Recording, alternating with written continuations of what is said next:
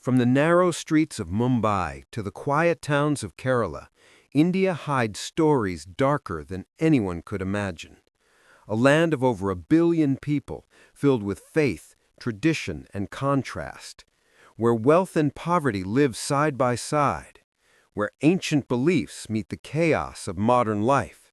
And sometimes, behind this contrast, evil takes root in silence. Over the decades, India has seen crimes that defied understanding, crimes that revealed not just brutality, but the hidden corners of human obsession and madness. This is not about legends or myths. Every case you are about to hear is real, recorded in police files, confirmed by courtrooms, and remembered by history. 5 killers, 5 faces of evil, each shaped by a different world. A drifter who heard voices, a con man who crossed borders, a servant who buried children behind the walls, a doctor who turned to murder for profit, and a teacher who killed for love. Let's look back at 5 of the most terrifying serial killers who shocked India.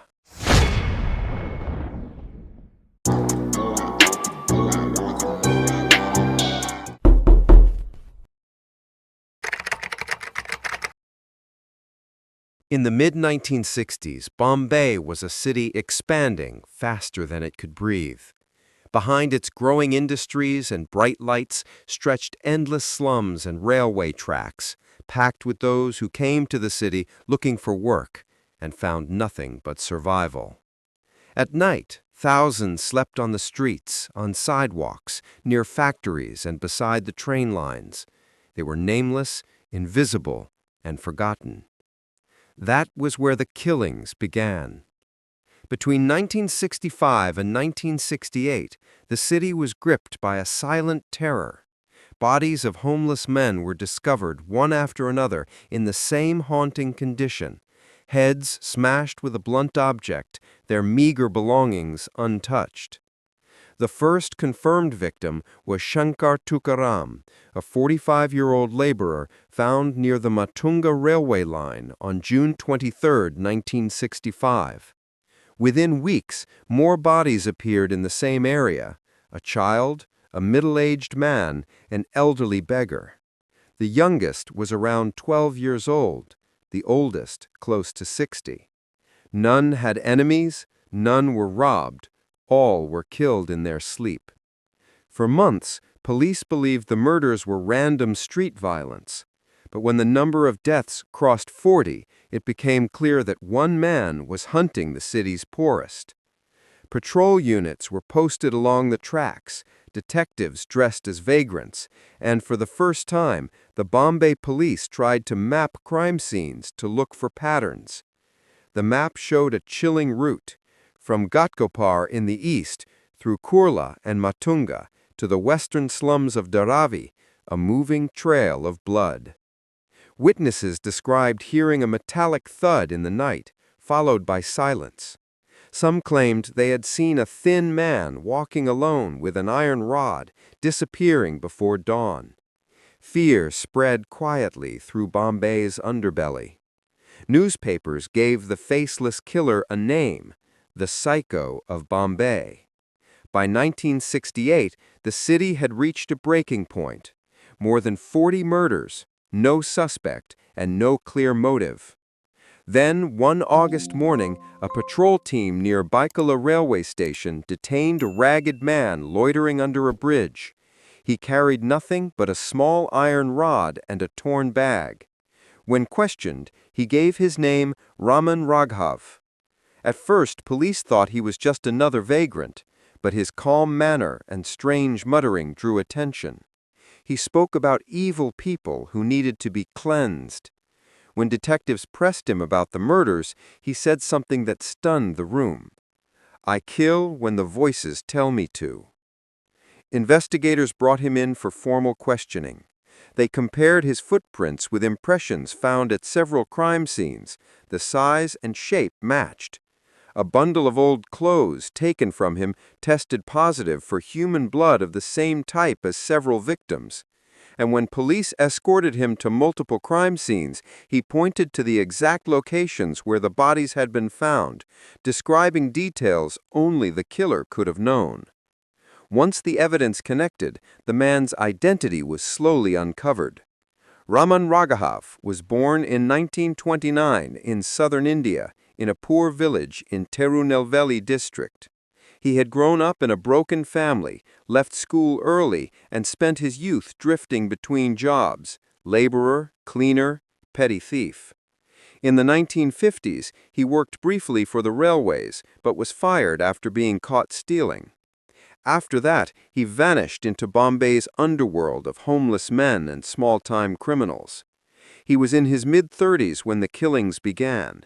He slept wherever he could, under bridges, near markets, or beside train lines, the same places where his victims later died. When doctors at JJ Hospital examined him, they diagnosed paranoid schizophrenia. Raghav spoke of a divine force commanding him to destroy sinners. He said he could hear voices calling his name at night, ordering him to strike. The psychiatrists confirmed he suffered from auditory hallucinations and delusional beliefs, yet his recollections of each murder were disturbingly precise. He could recall the layout of the scene, the distance to the tracks, even the color of the victim's clothes. In court, Raghav showed no remorse. He confessed to more than 40 killings, although investigators could conclusively tie him to 27.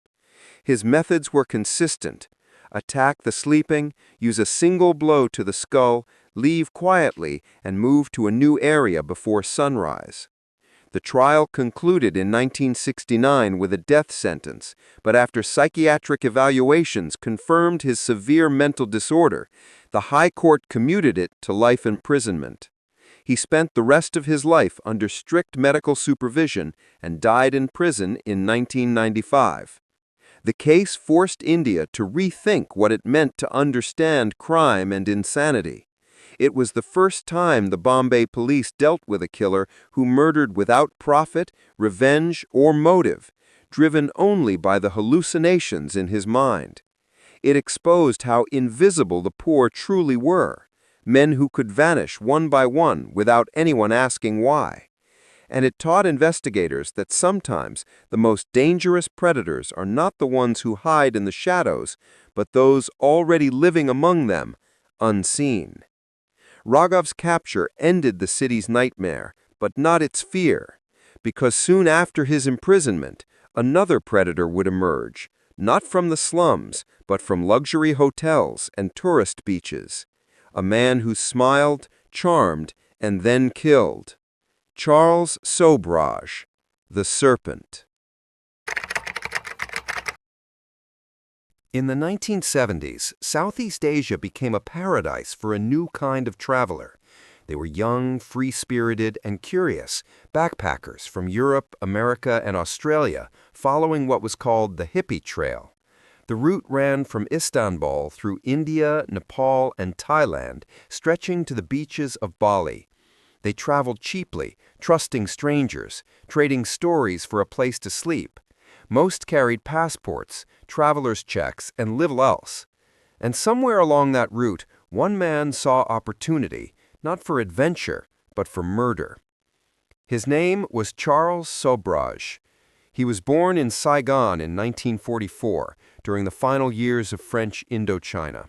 His father was an Indian tailor, his mother a Vietnamese shopkeeper. When his parents separated, Charles moved to France with his mother and a new stepfather. He grew up feeling like an outsider, intelligent, multilingual, and manipulative. By his teens, he was already a thief, stealing cars and jewelry. By his 20s, he was fluent in French, English, and Hindi, and could imitate accents with ease. Everywhere he went, he adapted, a chameleon blending into any crowd. In the early 1970s, Sobhraj began traveling across Asia with a Canadian companion, Marie-André Leclerc, who was deeply infatuated with him. Together, they settled in Bangkok, posing as gem dealers. They rented an apartment in the city's Sukhumvit district, clean, modern, and full of foreign tourists. To the neighbors, they were a charming couple. To the police later, that apartment would be called the House of Death. The first known victim was Teresa Knowlton, a 21-year-old traveler from Seattle whose body washed ashore in the Gulf of Thailand in October 1975. She was wearing a flower-patterned swimsuit. At first, police thought it was an accident, a drowning, but later they found evidence that she had been drugged before she entered the water. Weeks later, another body surfaced, Vitale Hakim, a Turkish tourist, burned and disfigured. His passport and belongings were missing. Soon, the pattern became undeniable. Young backpackers, mostly Westerners, found dead or missing after visiting the same circle of friends in Bangkok. Sobhraj's method was precise. He targeted travelers who were new to Asia, kind, trusting, and often lonely. He and Leclerc would befriend them, offer advice, and sometimes even shelter. Then he would poison them, using sleeping pills, laxatives, or dysentery medicine to make them weak and disoriented. Once the victims were incapacitated, he robbed them, sometimes killed them, and often used their passports to travel under their names. Among his victims were Henk Bintanya and Cornelia Hemker, found strangled and burned in December 1975. Canadian Laurent Carrière, discovered partially burned near Pattaya, and American Connie Jo Bronzich, whose charred remains were found on the roadside near Kathmandu, Nepal. Each case bore the same marks: drugs, theft, fire, and a connection to Charles Sobhraj's apartment in Bangkok. For months, Thai authorities struggled to connect the dots. Sobhraj's intelligence and charm made him slippery. He used false names, fake passports, and a network of devoted followers who helped him. Among them was Ajay Chowdhury, an Indian accomplice who disappeared mysteriously after 1976, believed to have been killed by Sobhraj himself when he became a liability. The international investigation began when Dutch diplomats in Bangkok realized two missing citizens, Henk and Cornelia, were last seen visiting Sobhraj's apartment. Police raided the building and found passports, cameras, and belongings of multiple missing tourists. They also discovered medicine bottles filled with sedatives and poison. But by then, Sobhraj had fled Thailand. He moved through Asia under different identities, in India, Nepal, Malaysia, and even Iran, always staying one step ahead. Each time a body turned up, he was already gone. Interpol placed him on its most wanted list, describing him as intelligent, dangerous, and extremely persuasive. He was nicknamed the Serpent for his ability to slip through traps and manipulate those around him. In July 1976, he resurfaced in New Delhi, targeting a group of 22 French students. He invited them to dinner at a hotel, serving them spiked drinks laced with sleeping pills. But one of the students noticed the bitter taste and alerted others before drinking. Within minutes, several collapsed, and the students overpowered Sobhraj before he could escape. Police arrived to find him surrounded by unconscious victims and bottles of poison. After years of evading capture, the Serpent was finally caught. His arrest in India exposed a trail of murders across multiple countries. Authorities in Thailand, Nepal, and Malaysia each sought his extradition. But Sobhraj played the legal system masterfully.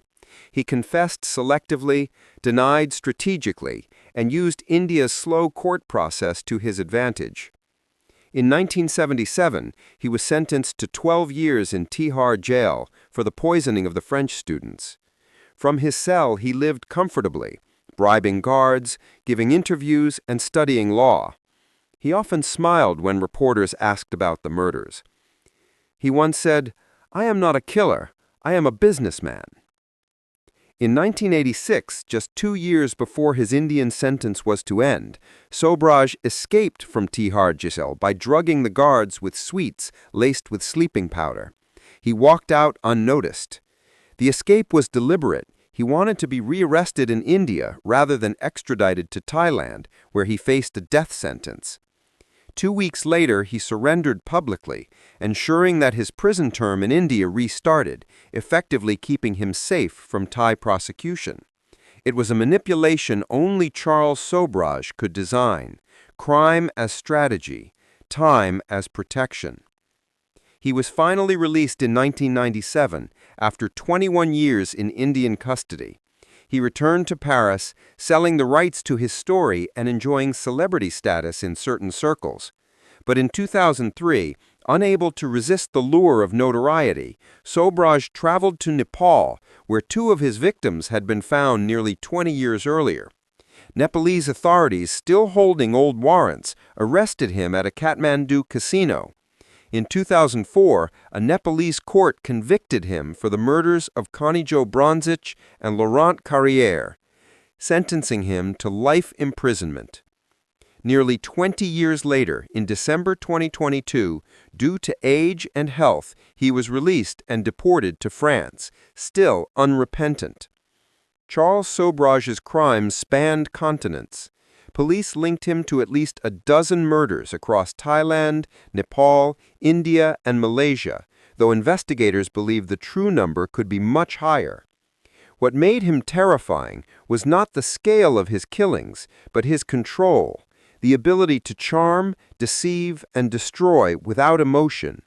His story became a cautionary tale for travelers and investigators alike, a reminder that evil doesn't always appear violent or desperate. Sometimes it smiles, offers you tea, and asks where you're from. For years, the world knew him as the Serpent, a man who slid through borders, laws, and human trust with the same quiet precision he used to end lives. And while his crimes faded into time, his name remains one of the most chilling in Asia's criminal history. But as Sobhraj's story closed behind foreign prisons, another horror was already building back home. This time, not among tourists, but in a quiet neighborhood outside Delhi, where missing children would soon expose one of India's darkest secrets. The Nithari Killings, the House of Horrors. On the outskirts of Delhi, in a quiet neighborhood called Nithari, stood a two-story house with high walls and locked gates. It was the kind of house people walked past every day without a second glance, neat, ordinary, unremarkable. But behind its doors, something unimaginable had been happening. Between 2005 and 2006, more than 20 children and young women went missing from the narrow lanes of Nithari, a small village inside the city of Noida. Families reported disappearances one after another, their daughters, sons, and sisters gone without a trace. Most of the victims were from poor households, domestic workers, or children of day laborers. They vanished in daylight, sometimes while playing near the road, sometimes on their way to buy food. At first, police dismissed the complaints as cases of runaways. In a city where thousands go missing every year, the pleas of poor families rarely made headlines.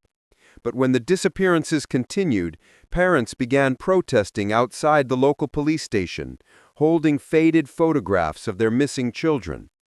By late 2006, public anger was turning into outrage. On the morning of December 29, 2006, a foul smell filled the neighborhood. It came from the open drain behind house number D5, owned by a local businessman named Moninder Singh Panter. When municipal workers opened the cover, what they saw stopped them cold: bones and skulls, tangled in sludge and garbage. Police cordoned off the area and began digging. By the end of the day, they had recovered multiple human skulls, bones, and body parts, all from children. Some of the bones still had bits of clothing clinging to them. Neighbors gathered in shock as the number of remains kept increasing. By the following week, investigators had unearthed more than 15 skeletons, mostly belonging to children and young women. The discovery turned Nithari into a crime scene, and the country's eyes turned to that one house. Inside, police found women's clothes, toys, shoes, school bags, and jewelry. On the kitchen floor, there were knives and stains that tested positive for blood. The housekeeper, a man named Surinder Kohli was arrested immediately. His employer, Moninder Singh Panter, was taken into custody soon after. What Kohli confessed to in interrogation would horrify even hardened investigators. He said that over the course of 2 years he had lured children into the house, often promising them food or small gifts. He assaulted and strangled them, dismembered the bodies in the bathroom, and disposed of the remains in the drain behind the house. In a chilling twist, he described cooking parts of the bodies and eating them, an admission that led the media to call the case the House of Horrors. Later, forensic examinations could not conclusively confirm cannibalism, but the brutality of the crimes left no doubt about their savagery. The victims were mostly girls between 6 and 10 years old. One of them, Payal, 24, a domestic worker, was among the first to vanish. Her father had gone repeatedly to the police, begging them to search near D5, but was ignored. It was only after her missing case was linked to the other disappearances that investigators re-examined the area, leading to the discovery of the bones. The investigation revealed a pattern of systemic negligence. For months, missing person reports had been filed, but none properly investigated. Families were told their children had likely run away or been trafficked. It took the discovery of human remains for the authorities to act. When the full scale of the killings became clear, India's media descended on Nithari. Television vans parked outside D5. Crowds gathered, chanting for justice. The story led every national newspaper for weeks. Police teams from Delhi and Uttar Pradesh worked together to collect evidence. More than 5,000 items were seized from the house, including blood-stained clothes, human remains, and DNA samples from the drain. Forensic tests confirmed that the bones matched at least 19 victims. A special court charged both Panter and Kohli with rape, murder, and destruction of evidence. Kohli's confession described Panter as complicit. He claimed his employer knew about the crimes and sometimes encouraged him. Panter, however, denied all involvement, insisting he was often on business trips. The prosecution's case focused on Kohli's detailed statements, the physical evidence from the property, and the testimonies of families who had last seen their children entering the compound. During the trial, investigators reconstructed the timeline of the murders. They found that many victims disappeared after being sent to run errands near the house. Kohli would lure them in with candy or toys, take them upstairs, and kill them quietly before dismembering the bodies in the bathroom and later dumping them in the open drain at night. The pattern repeated again and again until the stench finally exposed the crimes. In February 2007, both men were convicted in the first of several trials. Surinder Kohli was sentenced to death, while Moninder Singh Panter was initially acquitted due to lack of direct evidence. However, as more cases were reopened, both were later found guilty in separate trials and handed multiple death sentences. Their appeals dragged on for years through the Indian legal system, with some convictions overturned and others reinstated. As of 2024, both remain imprisoned. Their executions stayed pending review. The Nithari killings shocked India, not only because of their brutality, but because they revealed how easily the poor could disappear without notice.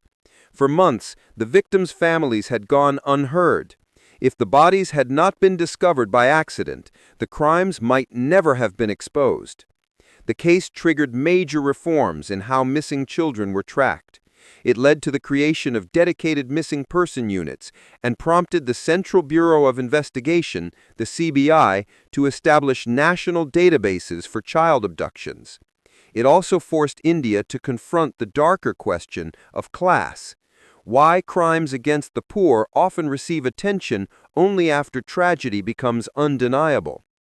Even today, the drain behind house number D5 has been sealed with concrete, but locals still say they can smell the memory of what once happened there. For many families, justice feels incomplete. Some of the bones were too damaged to identify, leaving parents without closure. The Nithari case stands as one of the most haunting reminders in India's modern history that evil does not always hide in remote forests or dark highways. Sometimes it lives next door, behind the gate of an ordinary house, while the world keeps walking by. And while Nithari's drains were being sealed, another predator was stalking India's highways, a man of science who turned his knowledge of medicine into a tool for killing. He would later be called the Doctor of Death. In the early 2000s, India's northern highways were growing busier than ever. From Delhi to Jaipur, thousands of taxis ferried passengers day and night, the cheapest and fastest way to cross the country's industrial belt. But those same roads were becoming dangerous. Drivers began vanishing without a trace. Cars were found abandoned, sometimes stripped for parts, sometimes pushed into canals. At first, each disappearance seemed isolated, a robbery gone wrong, a hijack, a missing driver. No one imagined that one man was behind them all. That man was Devendra Sharma, a name that would soon become synonymous with betrayal and blood. The first clue came in 2004, when police in the district of Aligarh recovered a decomposed body from a canal. The body was handcuffed, weighted with stones, and missing its wallet. 2 days later, another corpse surfaced in the same stretch of water. Both were taxi drivers who had gone missing after picking up passengers for long-distance rides. Investigators began looking for a pattern, and they found one. Each missing driver's car had been sold to second-hand dealers in Rajasthan within days of his disappearance. The paperwork was always forged, but the buyer was the same, a soft-spoken man who claimed to be a doctor. That man was Devendra Sharma. When police traced the trail of fake car sales, they found it led to a small clinic in Rajasthan, a modest building painted in fading blue. Sharma was there, treating patients as usual. He welcomed the officers with calm politeness, a man in his mid-40s, bespectacled, dressed neatly in a white kurta. He introduced himself as an Ayurvedic practitioner, trained in traditional Indian medicine. But behind the respectable appearance was a history of failure and frustration. Devendra Sharma had been born in 1958 in the state of Rajasthan. He studied Ayurveda, India's ancient system of healing, and graduated in the early 1980s. For a time, he ran a small clinic. By all accounts, he was quiet, methodical, and ambitious. But after a failed investment in a gas dealership, he lost nearly all his savings. His medical practice faltered, debt mounted, and at some point, he crossed a line. Investigators later discovered that Sharma's descent into crime began in the mid-1990s.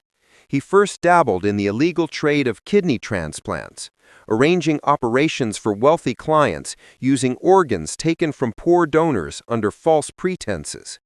When that network was exposed, he shifted to another business, insurance scams and vehicle theft. By 2002, he had built an underground network that specialized in a deadly trade, murdering taxi drivers, dumping their bodies, and selling the stolen vehicles. According to court records, Sharma and his accomplices would approach drivers at Delhi's taxi stands, offering generous fares for long trips to rural towns. Once on the highway, near secluded areas like the Kali Nadi Canal or Mainpuri district, they would stop under the pretext of engine trouble. The driver would be attacked, strangled, or bludgeoned to death. The killers then dumped the body into the canal, a place so deep and murky that few bodies were ever found. The vehicle would be driven to Rajasthan, re-registered with fake documents, and sold for cash. Over time, the operation became mechanical. The same route, the same canal, the same method. Police would later call it the killing highway. During interrogation, Sharma admitted to his crimes with eerie composure. He told officers he had disposed of more than 50 bodies in the canal between 2002 and 2004. He claimed that after a while, killing stopped feeling real, just another part of the business. His accomplices described him as the mastermind, the one who chose the drivers, directed the attacks, and handled the money. The evidence against him was overwhelming. Police recovered blood-stained seat covers, personal items belonging to the victims, and a ledger recording car sales, each marked with false buyers' names. Forensic teams confirmed traces of human blood inside several recovered vehicles. The most damning proof came from Sharma's own admission. He led police to the canal and pointed out where the bodies had been dumped. Divers pulled up skeletal remains and fragments of clothing that matched missing drivers reported months earlier. In court, Sharma maintained an air of calm detachment. He denied some murders, admitted others, and often spoke as if he were discussing someone else's work. When asked why he killed, he answered simply, "Because the car was worth more than the man." The prosecution charged him under multiple counts of murder, robbery, and criminal conspiracy. Witnesses included relatives of drivers who had seen him last, buyers who had purchased stolen cars, and his own partners in crime who turned approvers. In 2008, the court convicted Sharma and sentenced him to life imprisonment. Two of his accomplices received similar sentences. Others were handed long prison terms. But even in prison, Sharma showed little remorse. When interviewed by journalists years later, he smiled faintly and said he did not remember the number of people he had killed. Police believed the true count could exceed 50, making him one of India's deadliest serial killers. The revelations surrounding Devendra Sharma's crimes forced India to rethink its approach to highway policing and transport regulation. For the first time, state authorities introduced driver verification systems, regional passenger records, and tracking of vehicles crossing state borders. The Kali Nadi Canal, once a quiet stretch of water, was drained and dredged, yielding bones, wallets, and keys. It became known as the Canal of Death. More disturbing, however, was the symbolism of Sharma's double life. A man trained to heal had turned his knowledge into a tool for killing. He used his calm demeanor and professional title to disarm suspicion, the perfect mask for a predator. To the victims' families, justice came slowly and incompletely. Many of the bodies were never recovered, leaving hundreds in uncertainty. But to India's public, Sharma's case revealed a chilling truth, that evil can wear the face of respectability. A doctor, a businessman, a healer, none of these protect a man from the darkness he chooses to follow. By the time Devendra Sharma was locked away for life, the highways of northern India had quieted again. But it would not last, for soon after that, another story emerged, one that twisted love, trust, and poison into one word: cyanide. By the early 2000s, love and loneliness had found a new home in India's small towns. Marriage bureaus, local newspapers, and personal ads connected strangers who were looking for companionship. For women who had lost husbands or had reached an age where society began to whisper, these agencies were often their last chance at acceptance. It was through these places that they met a man who promised marriage, stability, and devotion. But what he brought was death. His name was Mohan Kumar, once a school teacher in the coastal district of Dakshina Kannada, Karnataka. To his neighbors, he was polite, soft-spoken, and religious, a man who attended temple regularly and spent evenings tutoring children. He was known to travel often, sometimes for official work, sometimes to meet relatives. No one questioned him, and no one suspected that for almost 6 years he had been living two lives, one as a man of respect, and another as one of India's most methodical killers. The first known death linked to Mohan occurred in 2003. A woman named Sunanda, 30 years old, worked as a tailor in Mysuru. She had been introduced to a man calling himself Anand, who said he was an education officer from a nearby town. He was well-dressed, gentle, and spoke respectfully, the kind of man families trusted. He told her he wanted to marry her quietly, without social ceremony, to avoid gossip. Days later, her body was found inside a restroom near a bus stand. There were no marks of struggle. Her jewelry was missing. The autopsy reported poisoning, but police assumed suicide. Over the next few years, similar deaths appeared across Karnataka and parts of Kerala. Women between 20 and 35, often from modest backgrounds, were found dead in public lodges, bus depots, or hotel bathrooms. Each had met a man who promised marriage. Each had disappeared for a few days before being discovered dead. Their families were told they had taken their own lives. One of them was Sharada, a 26-year-old from Mangalore who sold garments at a small market. She left home one afternoon in 2005 to meet a man she'd been engaged to for 3 weeks. She told her mother, "He's taking me to a temple to fix the wedding date." She never returned. Her body was found inside a guest house toilet in Hassan district. Next to her lay an empty packet of medicine and a half-drunk bottle of water.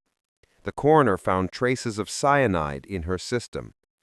Another, Yashoda, a 28-year-old widow from Shimoga, met her supposed fiancé at a local temple. Her body was found in a lodge the next day. Same method, same poison. By 2009, at least 14 women were dead. Each investigation began the same way and ended the same way. Police would question the lodge staff, find a fake name in the register, and close the file as suicide. No one thought to connect them until one woman survived. Her name was Anita, 22 years old. In October 2009, she met a man through a marriage bureau who introduced himself as Anand, claiming to work for the state education department. He told her he wanted to visit a temple in Mysuru before they registered their marriage. She agreed. That evening, at a small lodge, he handed her a capsule and said it was a contraceptive, a way to protect their future. She noticed the tablet had a metallic, bitter smell. Something felt wrong. When he left the room to buy water, she hid the pill under the bed and pretended to swallow. Later that night, he leaned over her, checking her pulse. Terrified, she ran into the corridor, locked herself in the bathroom, and shouted for help. By morning, police had arrested the man waiting outside. He was not Anand. His real name was Mohan Kumar, a 45-year-old former teacher. In his bag, police found a small bottle marked cyanide for laboratory use, several pieces of women's jewelry, cash, and a diary listing women's names in neat handwriting. Each name had a check mark next to it. When investigators examined the diary, they realized they were holding a list of victims. 14 names matched women reported missing or found dead over the past 6 years. The handwriting was consistent. The sequence matched the timeline of the murders. Mohan admitted to knowing the women, but denied killing them, at first. Then, when confronted with the evidence, he began to speak. His confession was calm, clinical, and deeply unsettling. He said he learned about cyanide while teaching chemistry at a local school. He bought the substance from a goldsmith who used it to polish ornaments, telling him it was for cleaning. He used small capsules wrapped carefully in paper. He said he never forced his victims. He would talk to them for weeks, earning their trust, playing the role of an affectionate fiancé. Then, after the wedding ceremony at a temple, usually a fake ritual, he would take them to a lodge or rest stop, claiming they would leave for their honeymoon the next morning. There, he gave them the cyanide pill disguised as medicine, waited until they died, stole their jewelry and cash, and vanished by bus. Each killing, he said, was for money, not anger. When asked if he felt remorse, he said, "No. They trusted me. I trusted the pill. He retraced his steps across 5 districts. He recovered jewelry belonging to at least 9 women from pawn shops where Mohan had sold them. CCTV footage from bus depots placed him at the scenes on the nights of several murders. Phone records matched the calls he made to victims just before they disappeared. Everywhere he went, he had used a new alias, Anand Sudhakar Manjunath Sanjay. All fake names, all part of his disguise. In 2010, a special investigation team filed charges against him for 14 murders. The prosecution produced over 200 witnesses, lodge owners, brokers, families, doctors, and the one surviving victim, Anita. The evidence was overwhelming. In 2013, a trial court in Dakshina, Karnataka convicted him for 6 murders and sentenced him to death by hanging. The Karnataka High Court later upheld the sentence, describing his crimes as cold-blooded, premeditated, and beyond human compassion. During his appeals, Mohan remained expressionless. He refused to meet the families of his victims, refused last rites from priests, and reportedly told guards that he believed God will forgive the clever. His final appeal to the Supreme Court was dismissed in 2017. He remains on death row. For the families, the verdict brought only partial closure. Many of the women's remains had been cremated long before anyone realized the deaths were murders. Their parents kept faded photographs, wedding portraits taken days before their daughters were poisoned. The impact of the case rippled far beyond Karnataka. It exposed the vulnerabilities in India's matchmaking system and how easily predators could exploit social pressure around marriage. Police introduced new procedures requiring photo verification and identity checks for all individuals registered through marriage bureaus. The state also tightened sales of cyanide, making it traceable only to licensed goldsmiths and laboratories. But beyond the policies, the story of Cyanide Mohan revealed something far more haunting: the fragility of trust. His victims were not reckless or naive. They were women searching for dignity in a society that judged them for being alone. He saw that vulnerability and turned it into a weapon. His calm voice, his respectful manners, his promise of a future, they were all part of the poison. When asked once why he used cyanide instead of any other method, Mohan reportedly smiled and said, "It's quick. They never suffer. They just fall asleep." That sentence alone froze the courtroom. The man who had once taught children how to spell and write had used that same composure to end lives without hesitation.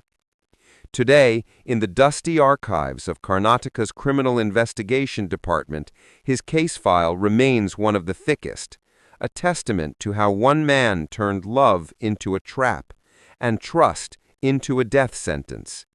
For many in India, it became a grim warning that danger does not always arrive with a knife or a gun.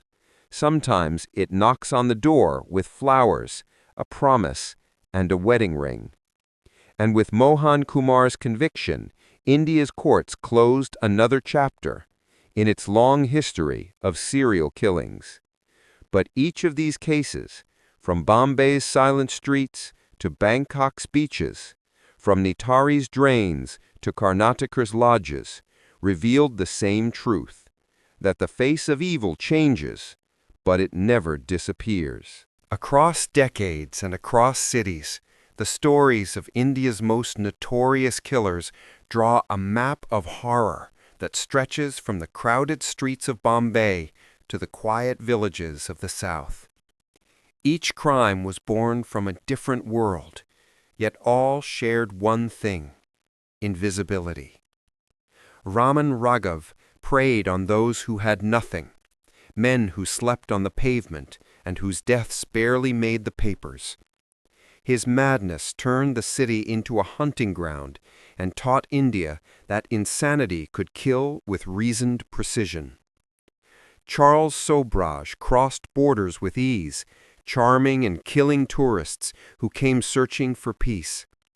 He left behind a trail of bodies, stolen passports, and a single question: how does someone so intelligent choose to destroy instead of create? In Nithari, the horror came from within the walls of an ordinary home, where the lives of poor children ended only meters from wealth. It forced a nation to confront its deepest divide, that class can sometimes decide who is seen and who is forgotten. Devendra Sharma, the doctor who is meant to heal, turned highways into graveyards. He measured life not in years, but in the price of a stolen car. And in his calm precision, India saw the reflection of greed without conscience. Then came Mohan Kumar, the teacher who poisoned love itself. He turned affection into deception, transforming the trust of women into a weapon deadlier than any blade. His story ended where it began, in silence, with his victims' names crossed out in a notebook he kept like attendants. Each of these men lived in different times, under different skies, but their crimes revealed the same truth, that evil adapts. It hides behind faith, education, poverty, charm, or intellect. It takes the shape society least expects. These cases changed the way India investigates and the way it remembers. After Raghav, forensic psychiatry became part of criminal law. After Sobhraj, international cooperation grew across police forces in Asia. After Nithari, missing child databases were created for the first time. After Sharma, highway surveillance expanded. And after Cyanide Mohan, the law began to regulate every grain of poison that could take a life. But beyond the reforms and headlines, the victims remain.